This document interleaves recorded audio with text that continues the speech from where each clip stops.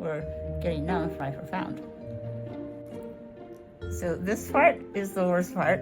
It's not pretty, doesn't feel good, and it's the part you really want done. So Meg, there's Meg, is now getting, she's getting me all the way numb, and then I'll start the procedure for real. Okay, so now we're in the groove, just going along here. You see that thing?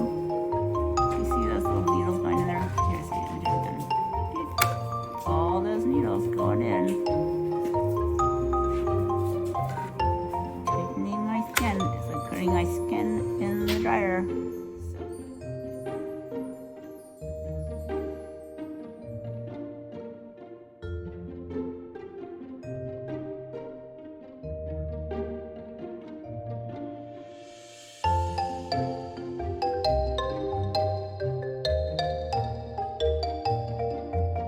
Okay, I'm gonna have Meg deal with some of my bruising. This is something that we do after a procedure sometimes as people come in, and I'm only coming in because I'm here.